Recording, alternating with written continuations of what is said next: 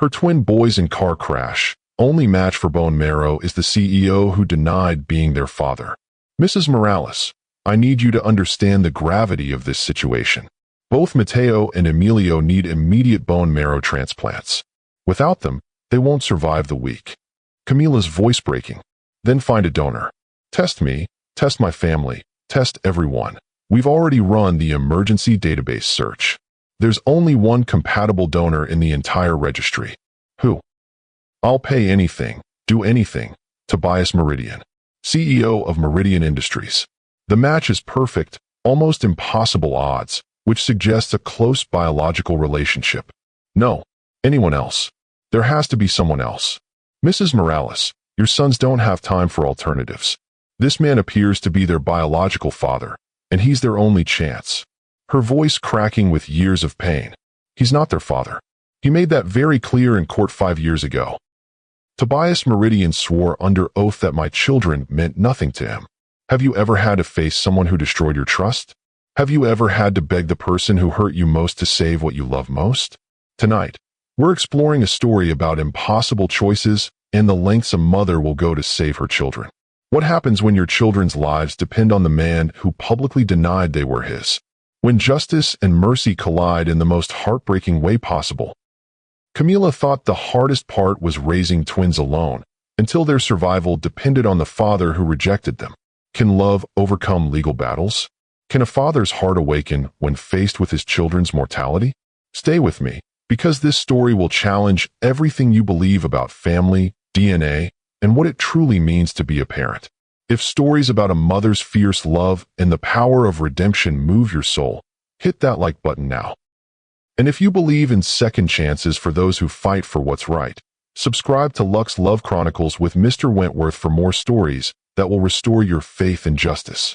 The October afternoon had been perfect, crisp autumn air, golden leaves dancing in the breeze, and the sound of 8-year-old laughter echoing from the backyard. Camila Morales stood at her kitchen window, watching her twin sons Mateo and Emilio rake leaves into enormous piles before diving into them with abandon. "Mama, can we have hot chocolate when we're done?" Mateo called out, his dark hair tousled with leaves, his face flushed with joy. "And marshmallows?" Emilio added hopefully, ever the practical one who never forgot to negotiate for extras. "Of course, my loves," she called back, her heart swelling with the simple contentment of Saturday afternoon with her boys. At 32, Camila had built a good life for them. Her small accounting practice was thriving. Their modest home in the suburbs was filled with love and laughter, and the twins were excelling in school despite, or perhaps because of, having only one parent who was completely devoted to them. She'd stopped waiting for their father to care years ago. "Mama, we're going to Miguel's house to show him our leaf fort," Mateo announced, referring to their neighbor and best friend who lived 2 houses down. "Be back before dark," she called, "and stay on the sidewalk." "We will," they chorused, grabbing their bikes from the garage. Camila watched them pedal down the quiet suburban street, their identical faces bright with excitement, their matching voices calling out to each other as they raced. They were everything to her, her world, her purpose, her greatest achievement. Twin boys who looked exactly like their father, though she'd long since stopped thinking about that painful resemblance. She was inside making their promised hot chocolate when her phone rang. "Mrs. Morales?" The voice was professional, controlled, but Camila immediately sensed something wrong. "This is Dr. Reina Voss from St. Mary's Hospital. Your sons have been in an accident." The mug slipped from Camila's hands, hot chocolate splattering across the kitchen floor as the world tilted sideways. "What kind of accident? Are they okay? Where are they?"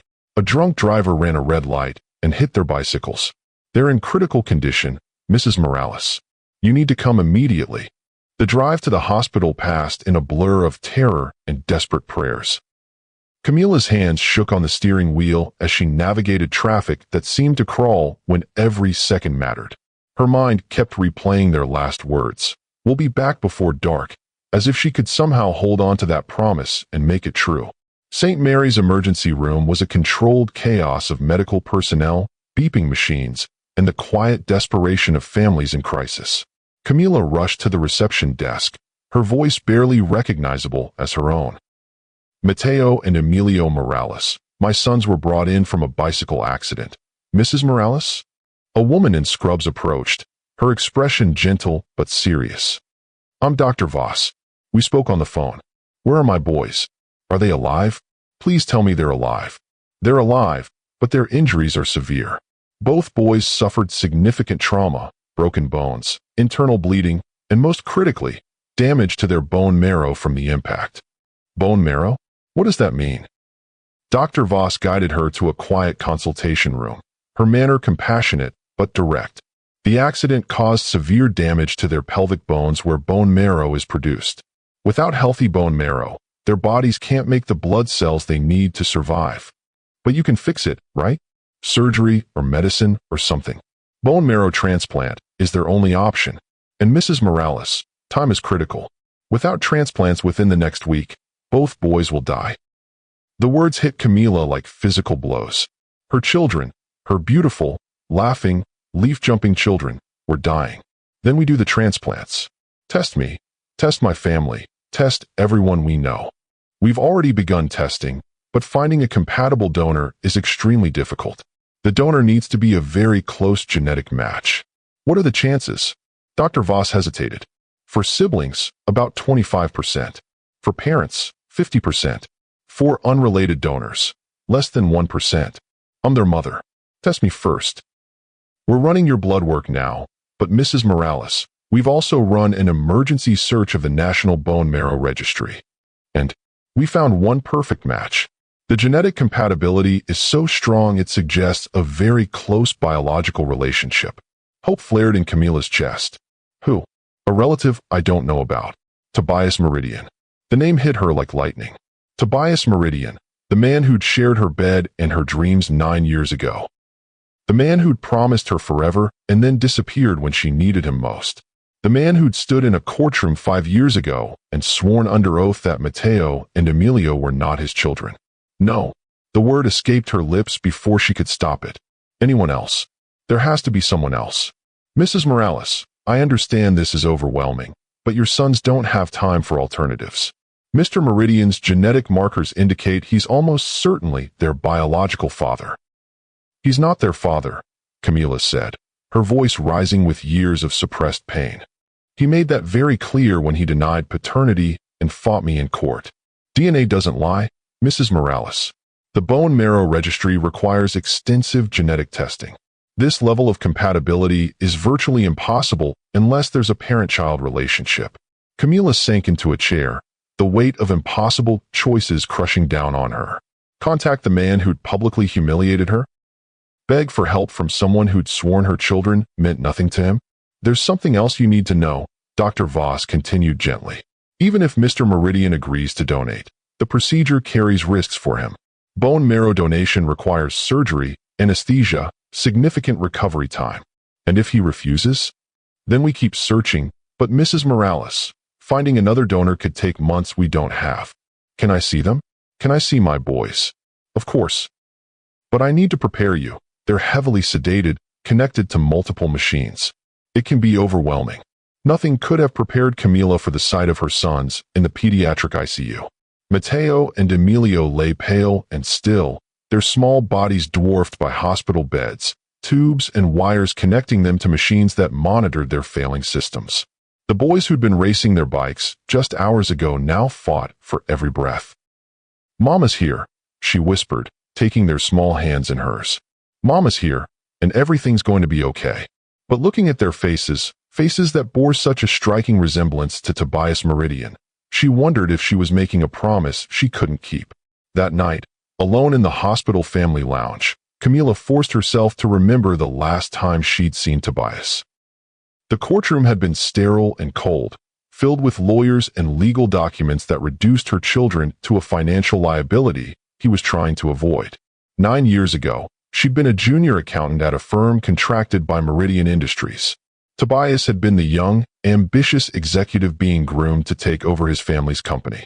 Their relationship had been a secret. She, the middle-class girl from the wrong side of town, and he, the heir to a corporate dynasty. For 6 months, it had felt like a fairy tale. He'd been charming, intelligent, passionate about his work and seemingly about her.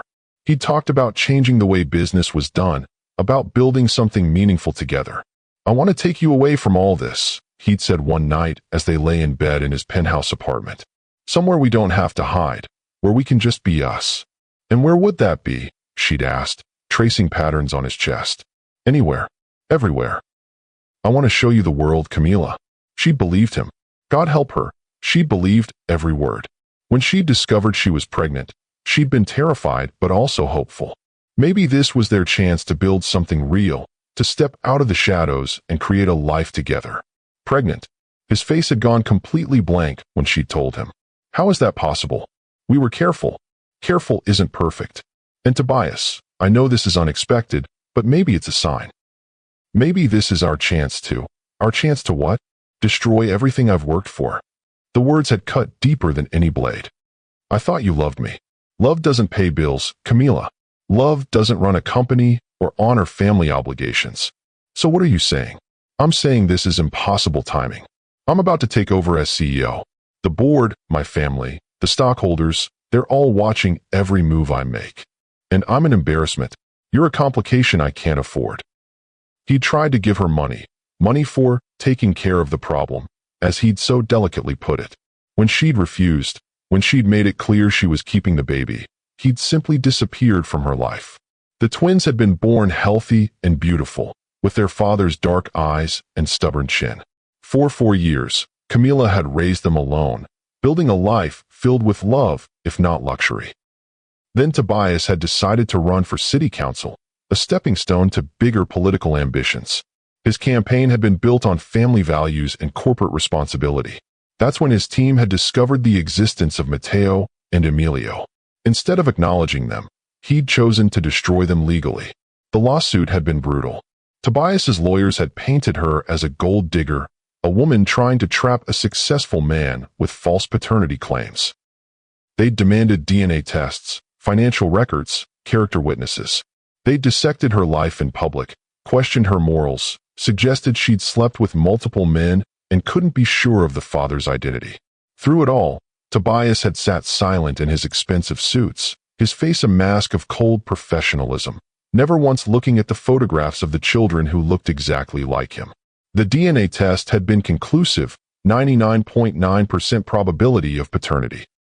But Tobias's lawyers had found a technicality, a problem with the chain of custody that made the results inadmissible in court. Mr. Meridian categorically denies any paternal relationship with these children, his lawyer had stated in open court. Furthermore, he has never had any intimate relationship with Miss Morales that would result in pregnancy. The lie had been delivered with such conviction that Camila had actually gasped aloud. 6 months of love reduced to a legal fiction. 2 beautiful children erased from their father's existence with a few coldly spoken words. The judge had dismissed her case. Without admissible DNA evidence, she had no legal recourse. Tobias had walked away scot-free, his reputation intact, his political ambitions unharmed. "You'll never see a penny from me," he'd said to her outside the courthouse, his voice low and threatening. "And if you ever try to contact me again, I'll destroy you completely." That had been 5 years ago.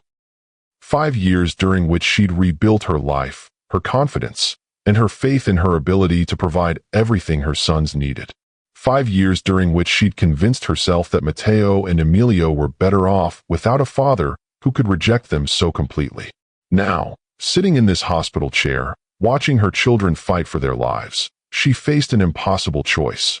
Let her pride condemn her sons to death, or humble herself before the man who'd publicly humiliated her family. Her phone buzzed with a text from Dr. Voss. "Your blood work came back. You're not a compatible donor. Mr. Meridian remains their only chance." Camila closed her eyes, feeling the weight of motherhood in its purest, most desperate form. Tomorrow, she would have to do the hardest thing she'd ever done in her life. Tomorrow, she would have to beg Tobias Meridian to save the children he'd sworn weren't his. The Meridian Industries tower dominated the downtown skyline like a glass and steel monument to corporate power. 37 floors of gleaming success that touched the clouds while casting long shadows over the streets below. Camila had never been inside the building. During their relationship, Tobias had always come to her small apartment, maintaining the carefully constructed boundaries between his public and private lives. Now, standing on the marble steps at 8 a.m. sharp, she felt like David approaching Goliath's fortress, armed with nothing but desperation and a mother's love. The lobby was an exercise in intimidation, soaring ceilings, abstract art that probably cost more than her house, and a reception desk that looked like it had been carved from a single piece of mahogany. Security guards in expensive suits watched her approach with the practiced eyes of men trained to identify threats.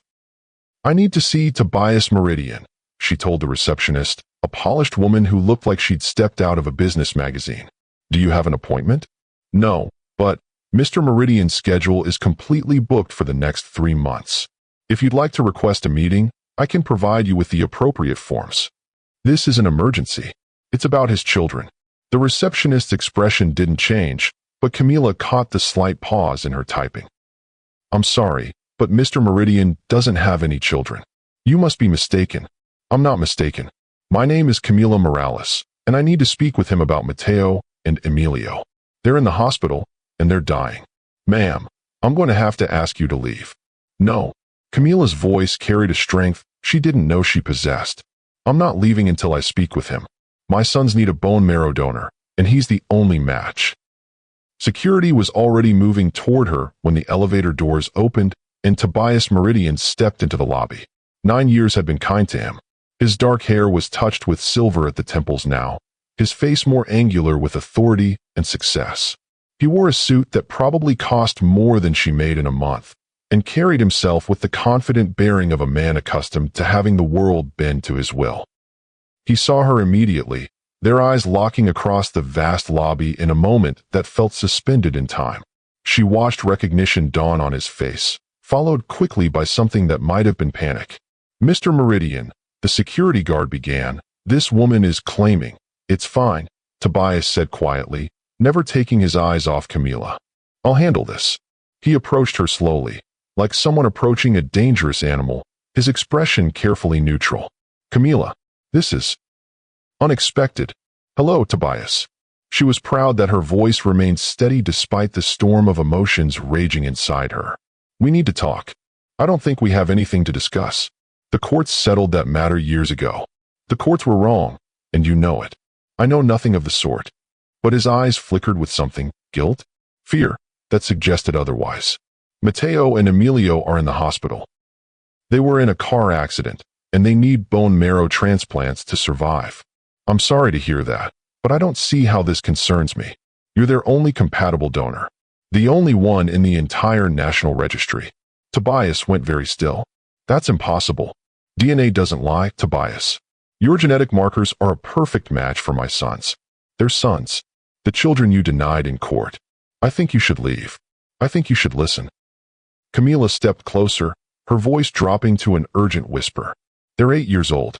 8 years old, and they're dying, and you're the only person in the world who can save them. Even if what you're saying is true, it is true.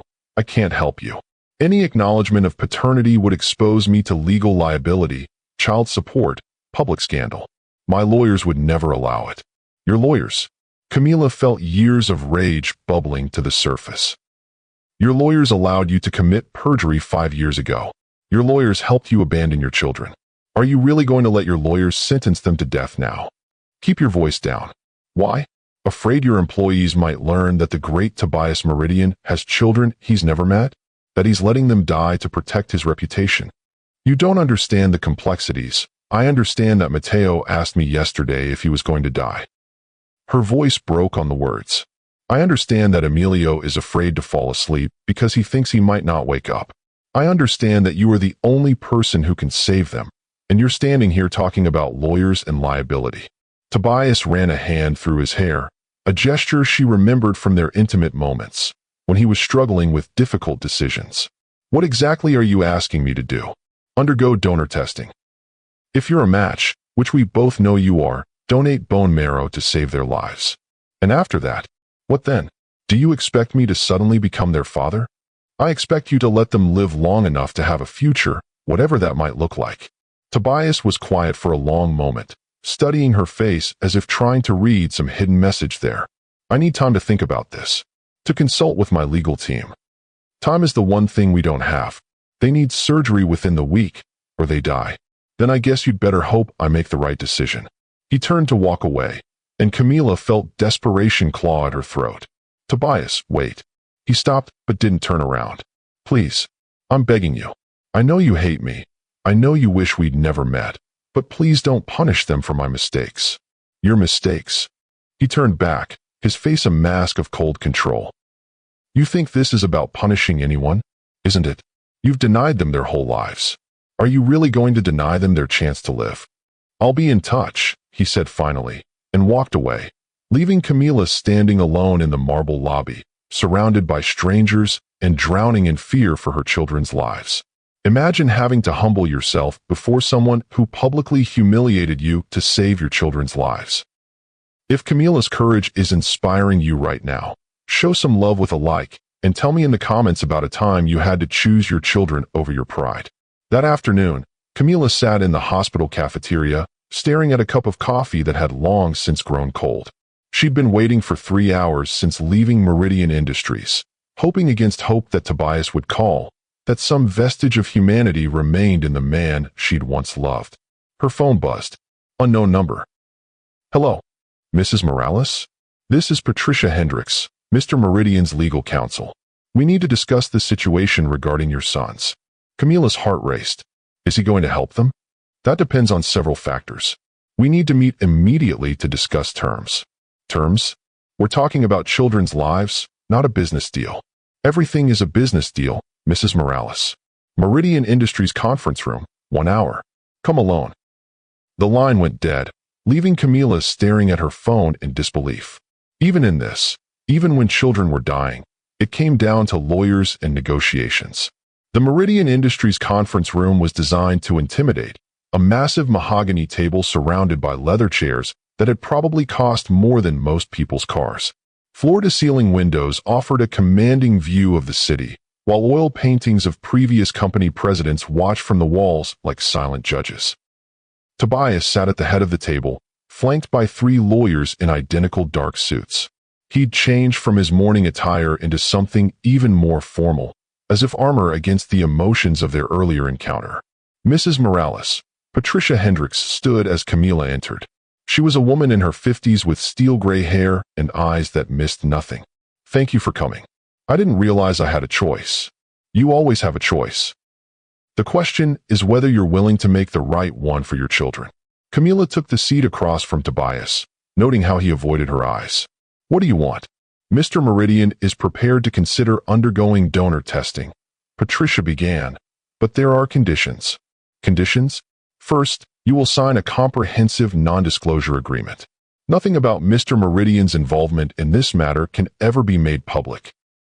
You want me to hide the fact that he saved his children's lives. We want you to hide any suggestion that they are his children at all. Another lawyer interjected. The donation will be anonymous, processed through a third-party medical foundation. Second, Patricia continued, you will relinquish any and all claims to financial support, past, present, or future. No child support, no medical expenses beyond this immediate crisis, no inheritance rights. You're asking me to sell my children's futures. We're asking you to accept reality. Mr. Meridian has no legal obligation to these children. Any assistance he provides is purely charitable. Camila looked directly at Tobias for the first time since entering the room. Is this really what you want? To save their lives, but deny their existence?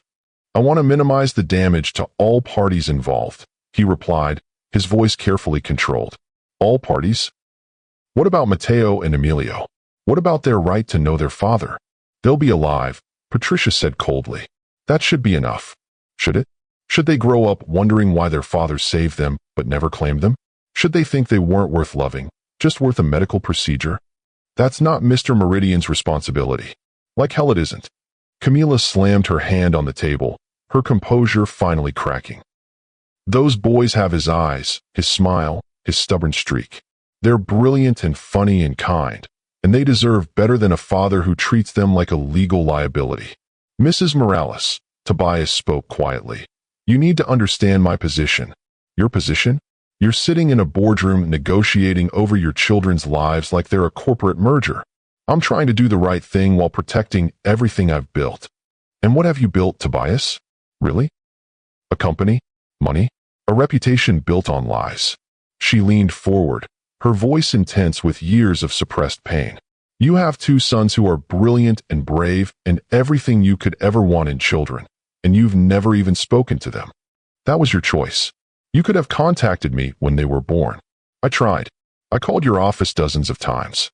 Your secretary said you were unavailable. When I finally got through, you told me never to contact you again. I was trying to protect my career. You were protecting your cowardice. The words exploded out of her. You were 27 years old, Tobias, not 17. You were a grown man who chose ambition over responsibility. The room fell silent except for the soft hum of air conditioning and the distant sounds of traffic far below. Mrs. Morales, Patricia said eventually, do you want our help or not? Camila closed her eyes, seeing Mateo and Emilio's faces in her mind, pale and still in their hospital beds, fighting for every breath while she sat in this corporate cathedral arguing over paperwork. I want my sons to live. Then sign the agreements.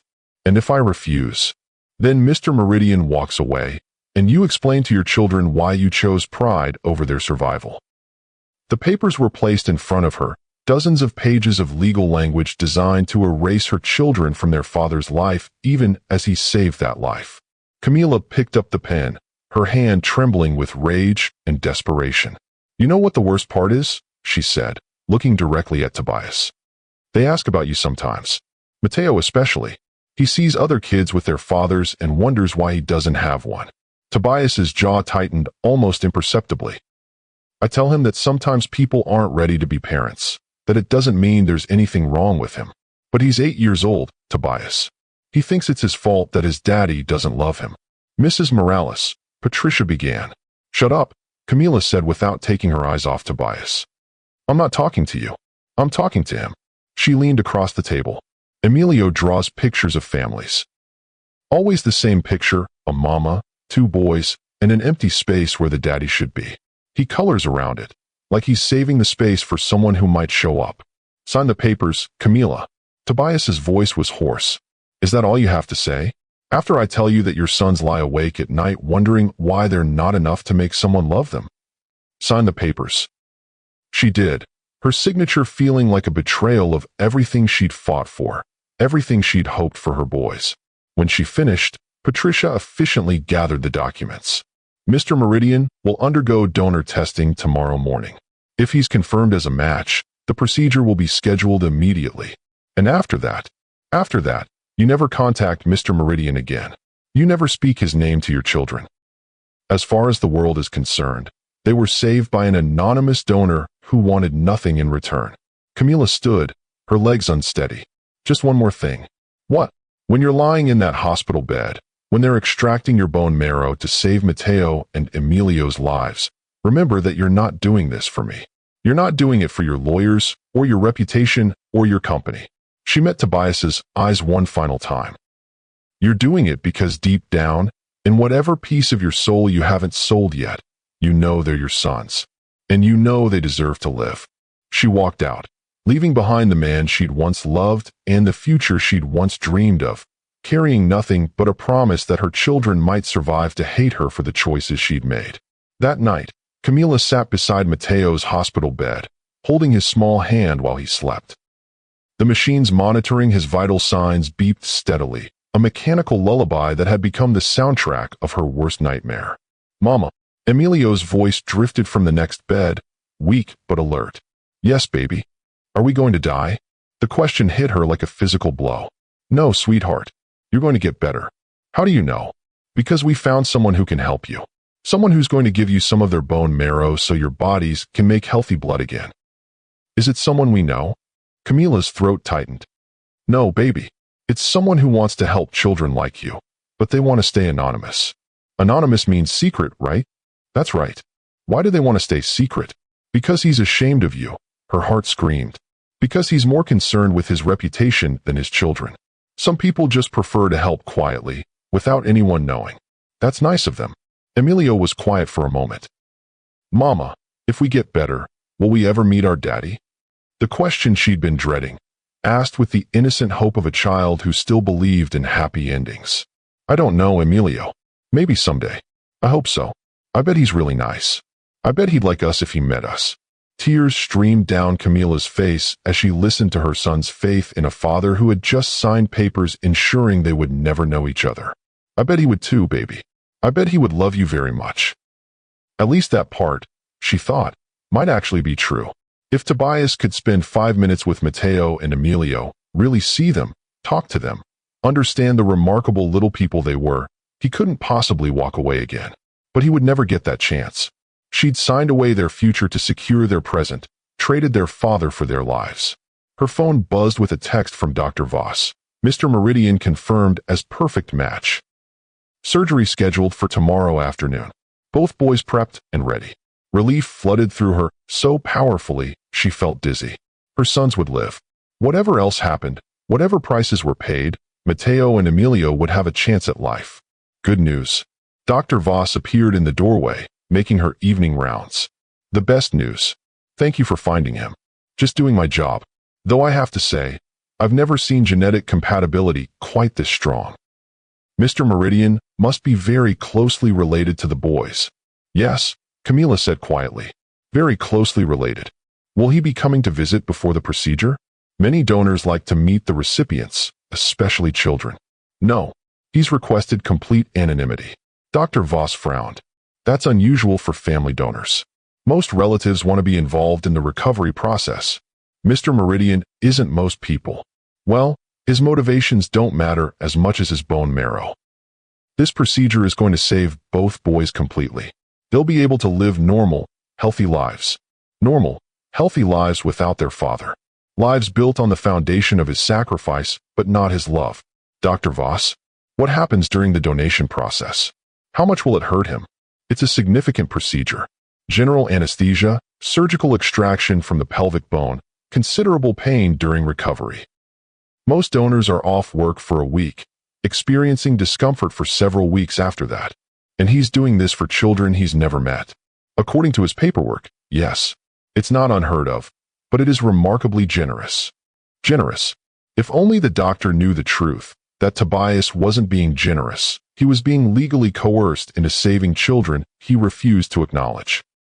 That his donation came with contracts and conditions, and the guarantee that he would never have to see the results of his sacrifice.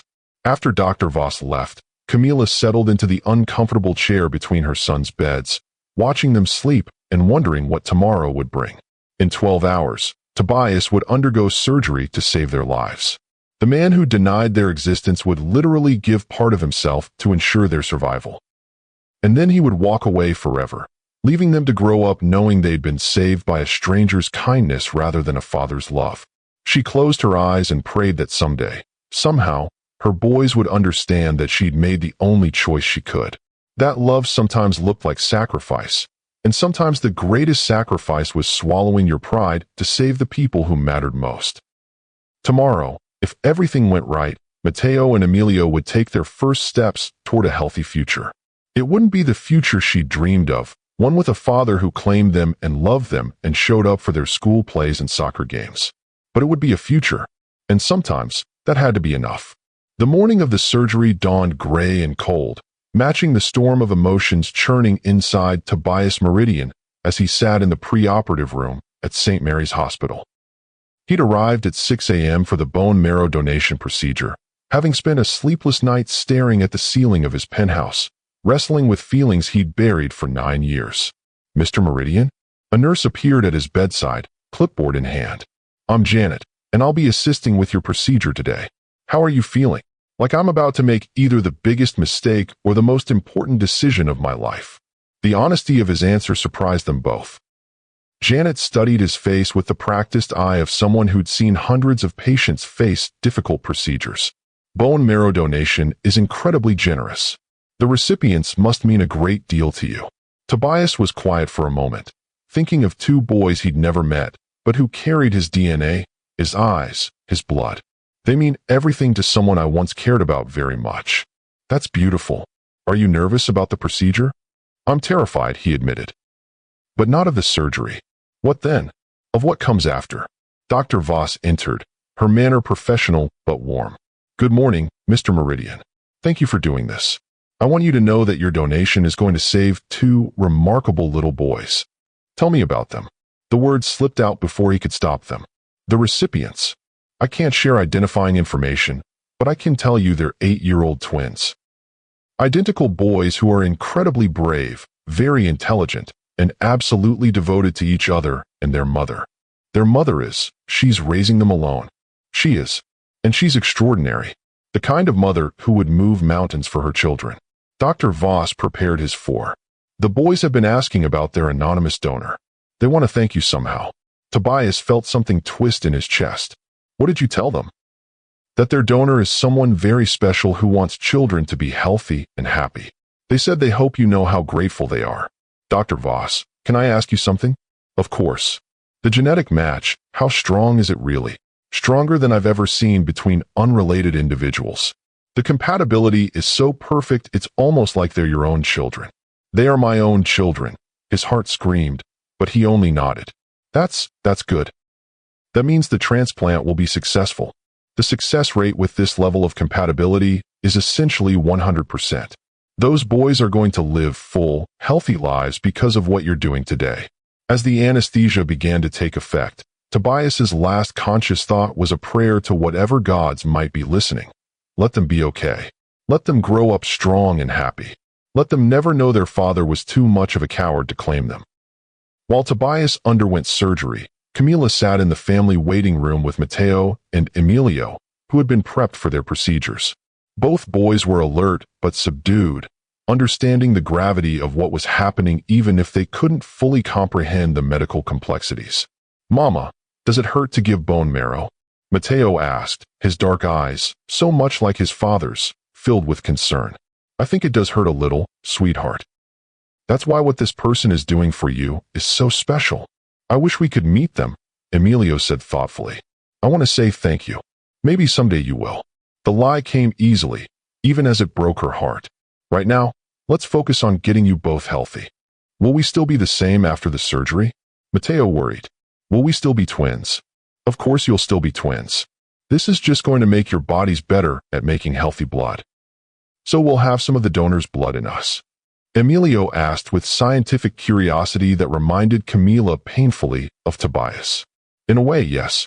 Their bone marrow will help your bodies make new, healthy blood cells. That means we'll be connected to them forever," Matteo said with the simple logic of childhood. "Like family. Closer than you know," Camila thought, fighting back tears. "Like family." Dr. Voss appeared with the surgical team. "Are my brave boys ready?" "Ready." Both boys said simultaneously, their courage humbling every adult in the room. "The donor is out of surgery and doing well," Dr. Voss told Camila quietly as they prepared to take the boys to the operating room. "The extraction was successful, and we have everything we need for both transplants." "How is he?" "The donor. Resting comfortably. It was a significant procedure, but he came through beautifully." Camila watched her sons disappear through the surgical doors, their small hands waving goodbye with the fearless optimism that only children possessed. Somewhere in this same hospital, the man who'd given them life was now literally giving them life again, his bone marrow about to flow through their veins and heal their broken bodies. The irony wasn't lost on her. Tobias had spent years denying any connection to these boys, and now his DNA would become part of theirs in the most fundamental way possible. 8 hours later, both surgeries were complete. Matteo and Emilio lay in the pediatric recovery ward, their small bodies finally free of the machines that had sustained them, their new bone marrow already beginning the process of creating healthy blood cells. "The procedures were perfect," Dr. Voss announced to Camila. "Better than perfect, actually. Their bodies are accepting the donor marrow like it was meant to be there." "When will we know for sure that it worked?" "We'll monitor them closely for the next few weeks, but all signs point to complete success. These boys are going to make full recoveries." Relief flooded through Camila so powerfully she had to sit down. Her children would live. Whatever sacrifices had been made, whatever prices paid, Matteo and Emilio would grow up, go to school, play soccer, fall in love, have children of their own. The donor, she found herself asking, how is he? "Recovering well. The bone marrow extraction was extensive, so he'll be uncomfortable for several days, but there were no complications. Does he want any updates on how the boys are doing? Dr. Voss hesitated. Actually, that's unusual.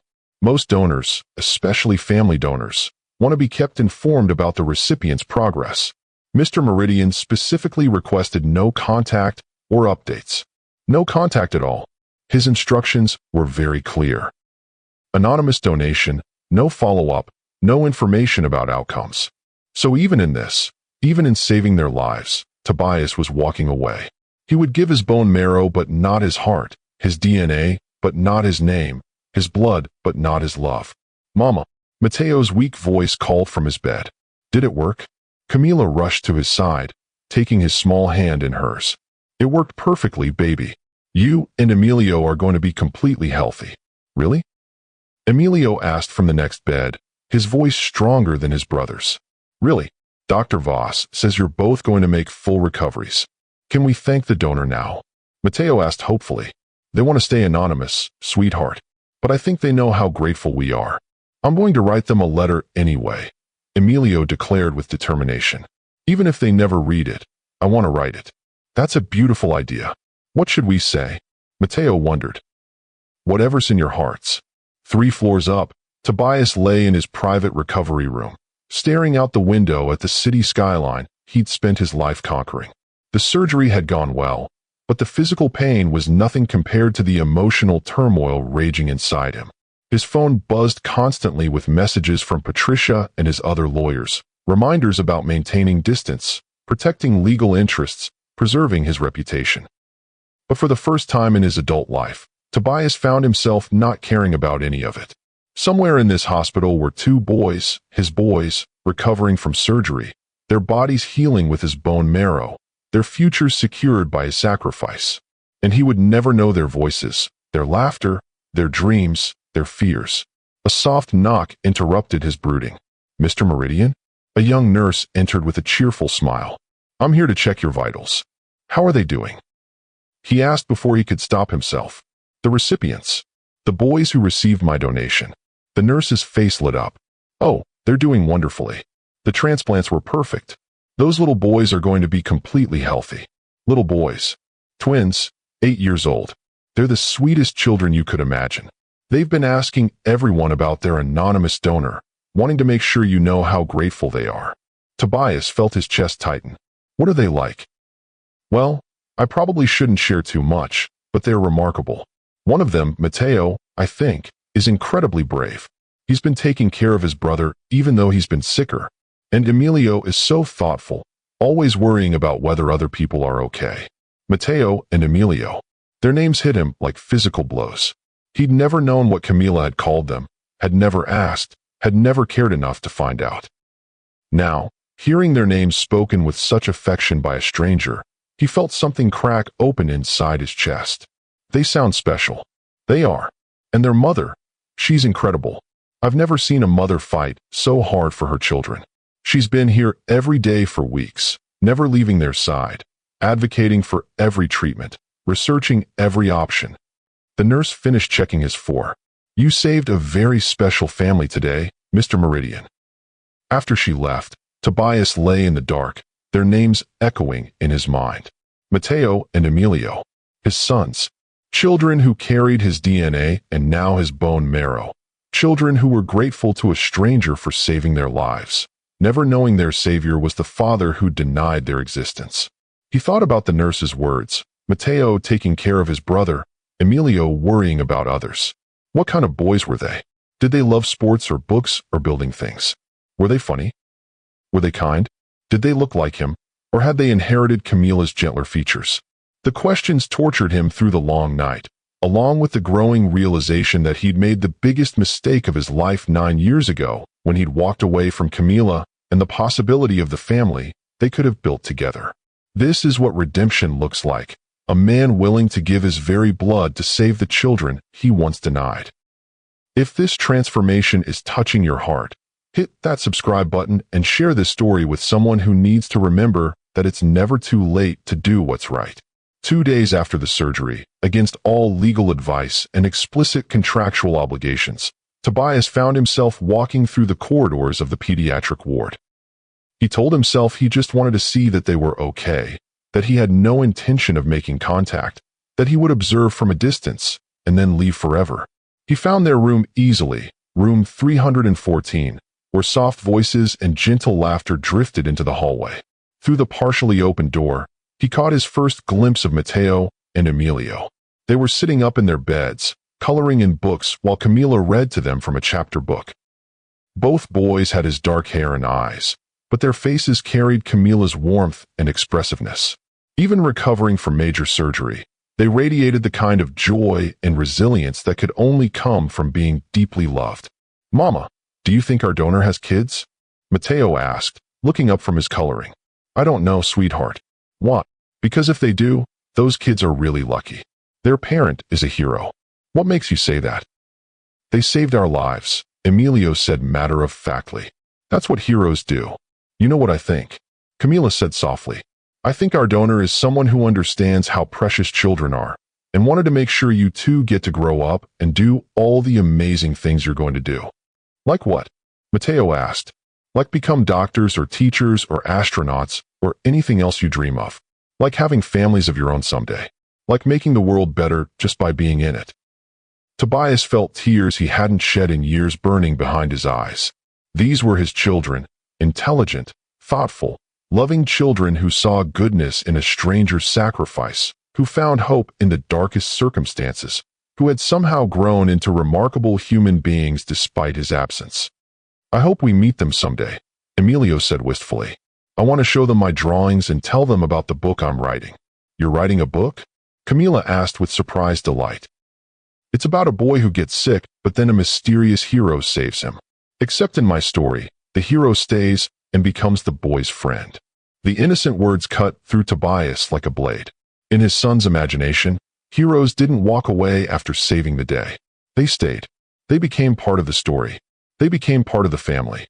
"That sounds like a wonderful book, sweetheart. Maybe when I'm done, we can send it to our donor. As a thank you present." "That's a beautiful idea." Tobias backed away from the door, overwhelmed by emotions he wasn't equipped to handle. These weren't just the children he'd denied. They were extraordinary human beings with thoughts and dreams and talents he'd never know. They were writing books and making art and seeing the world with the kind of optimism that came from being raised by a mother who loved them unconditionally. He made it to the elevator before the full weight of his choices hit him. For 9 years, he'd convinced himself that walking away had been the right decision, that Camila and her children were better off without him. Now, seeing the boys, his boys, he realized the truth. They weren't better off without him. They were incredible despite being without him. Camila had raised them to be kind, intelligent, hopeful children in spite of having to do it alone. They had become everything a father could want his children to be, and he had contributed nothing but DNA and, finally, bone marrow. The elevator doors opened to reveal Camila herself, carrying coffee and looking exhausted but hopeful. They stared at each other in shock, the years collapsing between them. "Tobias? What are you doing here?" I wanted to make sure they were okay. "You're not supposed to be here. The contract. Screw the contract." The words came out with surprising vehemence. "I just saw them, Camila. I saw our sons. They're not your sons. You made that very clear. I was wrong." The admission felt like stepping off a cliff. "I was wrong about everything. You're 2 days and a bone marrow donation too late for that realization." Is it too late?" Camila studied his face, searching for sincerity or manipulation, hope or calculation. "What are you asking me, Tobias?" "I'm asking if there's any chance, any possibility, that I could be part of their lives. That I could try to be the father they deserve. The father they deserve." Her voice was sharp with years of pain. The father they deserved showed up 8 years ago. The father they deserved didn't deny their existence in court. The father they deserved didn't make their mother sign contracts to ensure he'd never have to see them. "You're right. I failed them. I failed you. I failed myself." He leaned against the elevator wall, suddenly exhausted. "But Camila, I just watched Matteo and Emilio for 10 minutes, and in that time, I learned more about what matters in life than I have in 35 years. And what did you learn? That they're extraordinary. That you raised them to be kind and hopeful and brilliant." That they see their anonymous donor as a hero when the truth is, they're the heroes for surviving, for thriving, for becoming amazing human beings despite having a father who was too much of a coward to claim them. Camila was quiet for a long moment, her expression unreadable. They ask about you sometimes, she said finally. Not you specifically, but their father. Mateo especially. He wants to know if you're tall like him, if you like the same books, if you would be proud of his soccer skills. What do you tell him? I tell him that his father would be incredibly proud of him if he knew him. Because despite everything you've done, despite all the pain you've caused, those boys are the best parts of both of us. Can I meet them? Officially, I mean. As their father, not as an anonymous donor. That's not your decision to make anymore. It's theirs. What do you mean? I mean that Mateo and Emilio have lived 8 years without a father. They've built their identities, their security, their understanding of family around the reality that it's just the three of us. If you want to be part of their lives now, you don't get to decide how that happens. They do. And if they don't want to meet me, then you respect that decision and walk away. For real this time. No lawyers, no contracts, no conditions. You just disappear and let them live their lives. And if they do want to meet me, then you show up. Every day, for the rest of their lives. You don't get to be a weekend father or a holiday father or a convenient father. You show up for soccer games and parent-teacher conferences and middle-of-the-night fevers and teenage heartbreak and college graduations and weddings and grandchildren. The weight of what she was offering, what she was demanding, settled over him. It wasn't a chance to dabble in fatherhood. It was a commitment to completely reshape his life around 2 children he'd barely met. I want that, he said quietly. I want all of that. Wanting it and doing it are different things, Tobias. You wanted me once too, until it became inconvenient. This is different. How? Because I know what I'm losing now. 8 years ago, I was losing a possibility. Now I know exactly what I'm losing. 2 incredible boys who write books and worry about other people and see heroes in strangers. I can't lose them again, Camila. I won't survive it. She studied his face for a long moment, then sighed. I'll talk to them. I'll tell them about their father, the real story, all of it. The good parts and the terrible parts. And then I'll let them decide if they want to meet you. When? When they're strong enough to handle whatever emotional upheaval this is going to cause. When the doctors clear them to go home. When I figure out how to explain to 2 8-year-olds that their anonymous hero is actually the father who never wanted them. I did want them, he said urgently. I was just too scared and selfish to know it. Then you better hope they're more forgiving than their mother has learned to be. A week later, Mateo and Emilio were discharged from the hospital with clean bills of health and instructions to take it easy for another month. Their bone marrow was producing healthy blood cells at an optimal rate, and their energy levels were returning to normal. Camila had spent the week wrestling with how to tell them about Tobias, how to explain the complexities of adult emotions and legal battles to children who saw the world in terms of heroes and villains, love and fairness. She'd finally decided on honesty, even if it was complicated. Boys, I need to tell you something important about your donor. About the person who saved your lives. They were in their living room, both boys curled up on the couch with books, looking healthier than they had in months. What about them? Mateo asked, looking up from his adventure novel. It wasn't a stranger who donated the bone marrow. It was someone we know. Someone who? Someone who should have been part of your lives from the beginning. Who? Emilio asked, his scientific mind already working through possibilities. Your father. The silence that followed was profound. Both boys stared at her with wide eyes, processing information that changed everything they thought they knew about their family. Our father. Mateo whispered. We have a father? Yes, sweetheart. You've always had a father. I couldn't find a way to make him part of our family. Where has he been? Emilio asked, his voice small and confused.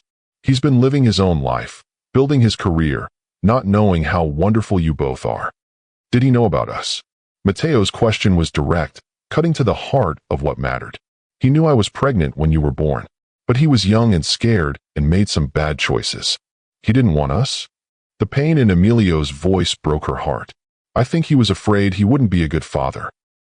Some people run away when they're scared instead of staying to figure things out.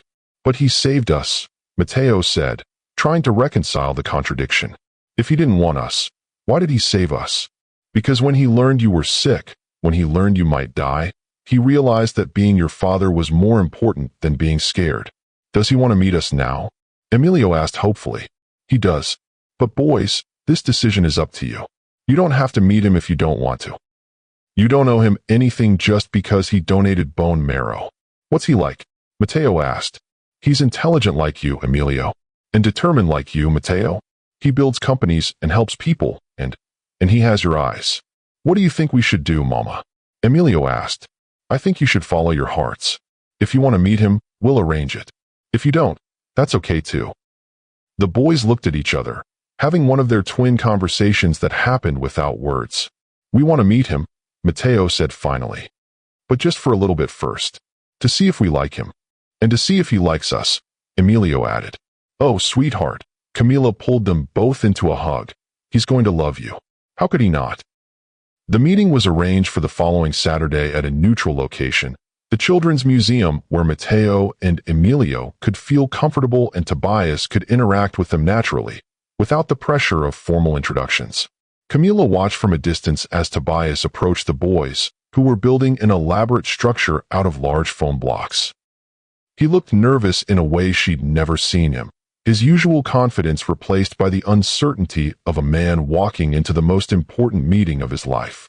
Excuse me, he said softly, kneeling beside their construction project. I'm Tobias. Are you Mateo and Emilio? Both boys looked up, studying him with the intense curiosity of children meeting someone they'd only imagined. You look like us, Mateo observed with typical directness. I was thinking the same thing about you, Tobias replied, and Camila could hear the emotion in his voice even from across the room. Are you really our father? Emilio asked. I am, and I know that's confusing and probably scary. Why weren't you here before? Mateo's question was blunt but not accusatory, simply seeking information.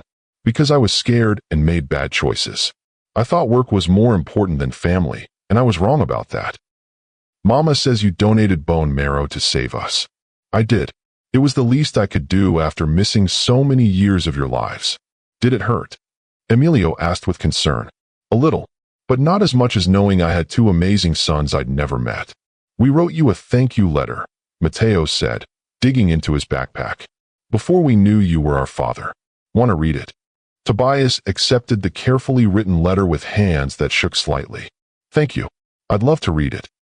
As he read their innocent words of gratitude to their anonymous savior, Camila watched his expression change. The corporate mask he'd worn for years finally cracked completely, revealing the man she'd once fallen in love with, vulnerable, genuine, capable of being moved by the simple honesty of children. This is the most beautiful letter I've ever received, he said when he finished reading. Really? Emilio beamed. Really?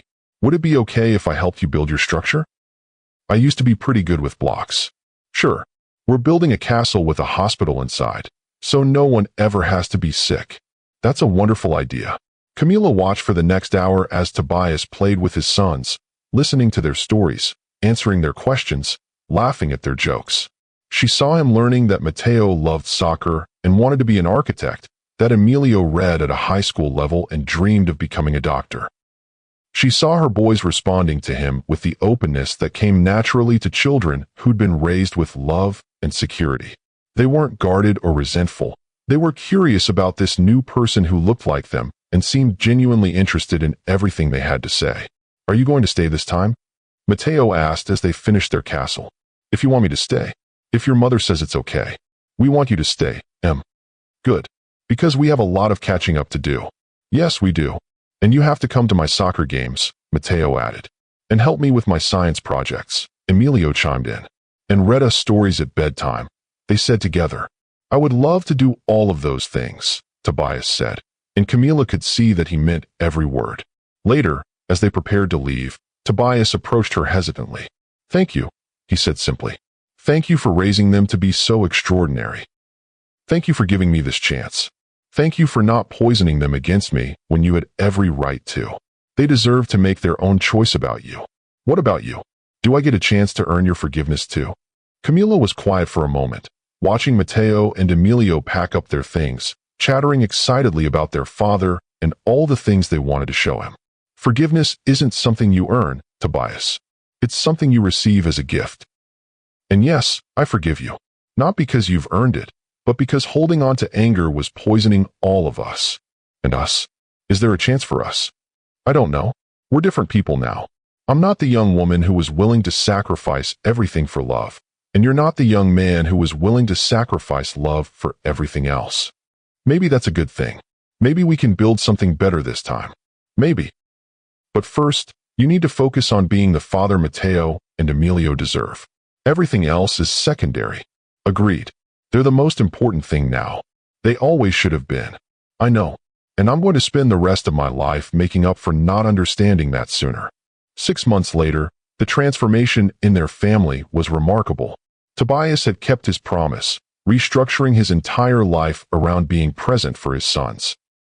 He attended every soccer game, helped with homework, read bedtime stories, and learned that being a father was both the hardest and most rewarding job he'd ever undertaken. "Dad, can you help me with my science project?"